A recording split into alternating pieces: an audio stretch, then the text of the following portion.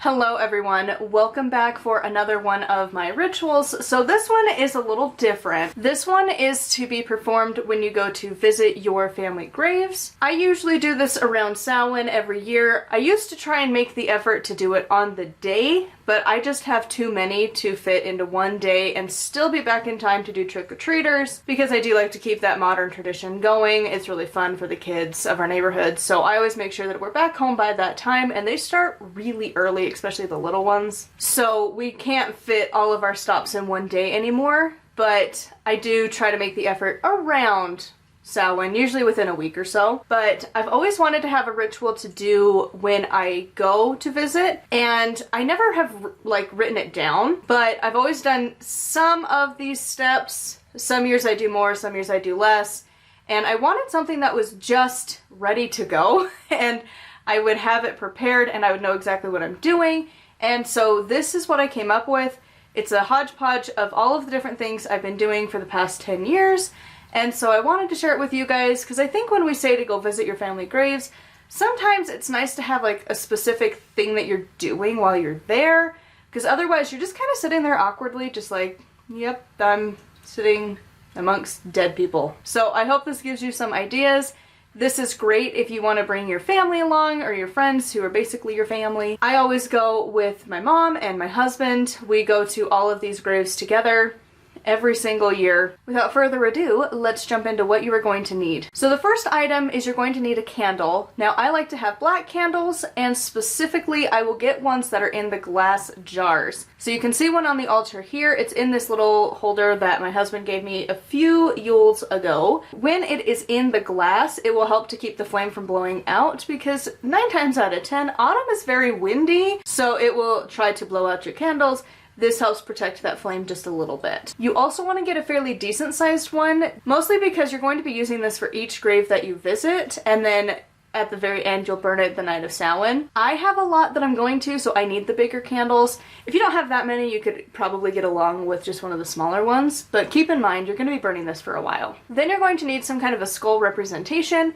You could make a cornmeal shaped skull, or you could paint it on a rock. You could also just place a pumpkin on the grave. I am going to be trying this year the apple carving thing, where you kind of make like a shrunken head looking deal out of an apple. I've been wanting to do that for a number of years and I just never have, and I just feel like this would be a good time to try it. But regardless, just have something that you can leave. I usually like to do biodegradable things, or things that really aren't going to harm the environment. Then you're going to need a stick of incense for each grave that you are going to. And then you're also going to need some flowers. The way I determine how many flowers we need is I make a list of all of our stops that we're going to, and then from there I will divide that in half. It's great if we have an even number year, but sometimes we don't. And so what I do is I will take the number, divide it in half, and that is the amount. And of course, if it's an odd number, then you just round up for the amount of flowers that we need. And then I usually get 1 extra. So if we were going to have 8 graves that we were going to, I would buy 4 of just like the cheap bundles of flowers. Usually you can find like $5 ones at the grocery store.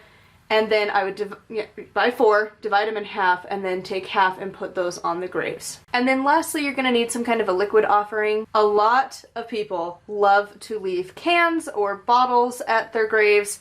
Personally, I don't like to do this. To me, it feels a bit like littering, but bring some kind of a liquid offering. Really popular ones, like I said, are beer, wine.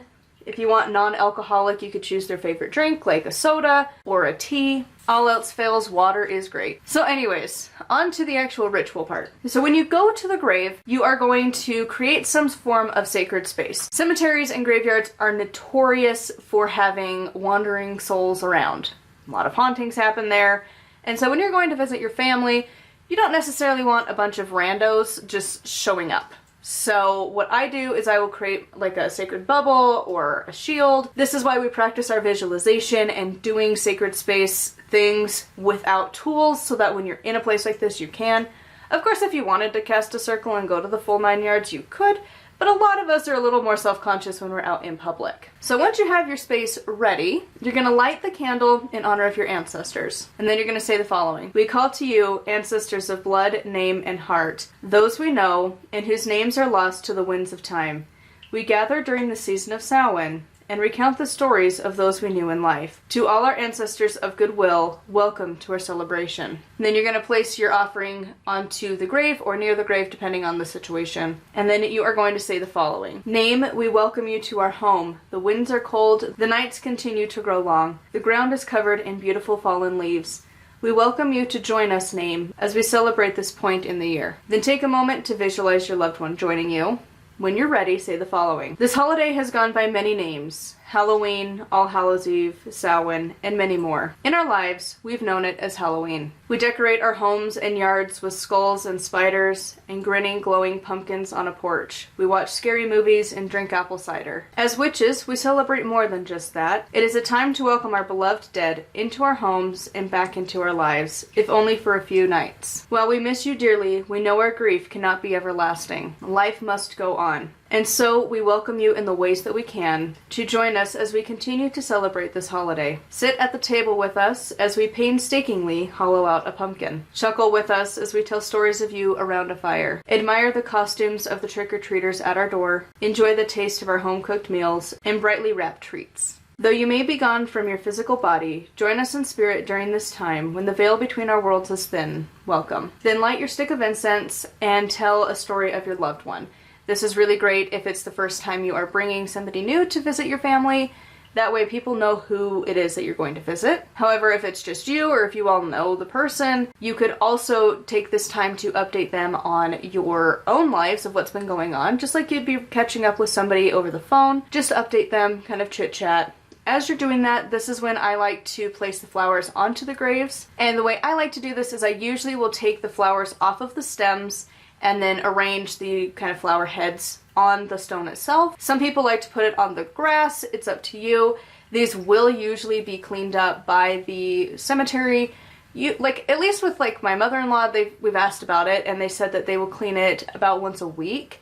So any offerings and stuff that you leave, it will be cleaned up at some point, but they leave it for about a week. And so some cemeteries will leave it for longer, some will leave it indefinitely, some will clean it up pretty often. It just kind of depends on the individual place. When you're ready, pour the liquid offering onto the grave, not the stone, but onto the ground itself. As you pour the drink, say the following. Thank you for spending time with me today. I hope this reaches you across the veil and reminds you that even though you are gone, you are not forgotten. I hope that you join us as we celebrate over the next few days. Then extinguish the candle, and again, leave all of your offering of flowers and the little whatever you've ended up using, whether it's like the carved apple, a pumpkin, a cornmeal skull, whatever. And then you repeat this for each grave that you go to. You can easily adjust this if you aren't going to visit graves. So if you've been watching this video and you're like, cool, but doesn't apply to me, you can easily change this in a very similar way to perform this on your altar. I would still say try as much as you can to do this outside,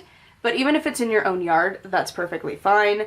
I will be doing this as well at home for our ancestors that we don't have a space to go to. We have quite a few of them. And so for that, I will just have a plain altar table set up and just have a black cloth on it. And then I'll be placing all of the items as you would on the grave, but on this altar table. And then I'll leave that out for a couple days and then clean it up and dispose of it however I see fit. But there's plenty of options where, the person, we don't know where their ashes are, they're in different states. So then the thing to keep in mind, remember that candle, I said we were going to be using it a lot. So what I do is as I've lit it at every single grave, and then when I come back, I will light it on that main altar for when I do the ritual for the remaining ones that I don't have a space to go to. I will then light this candle every time we're doing something in the spirit of the season.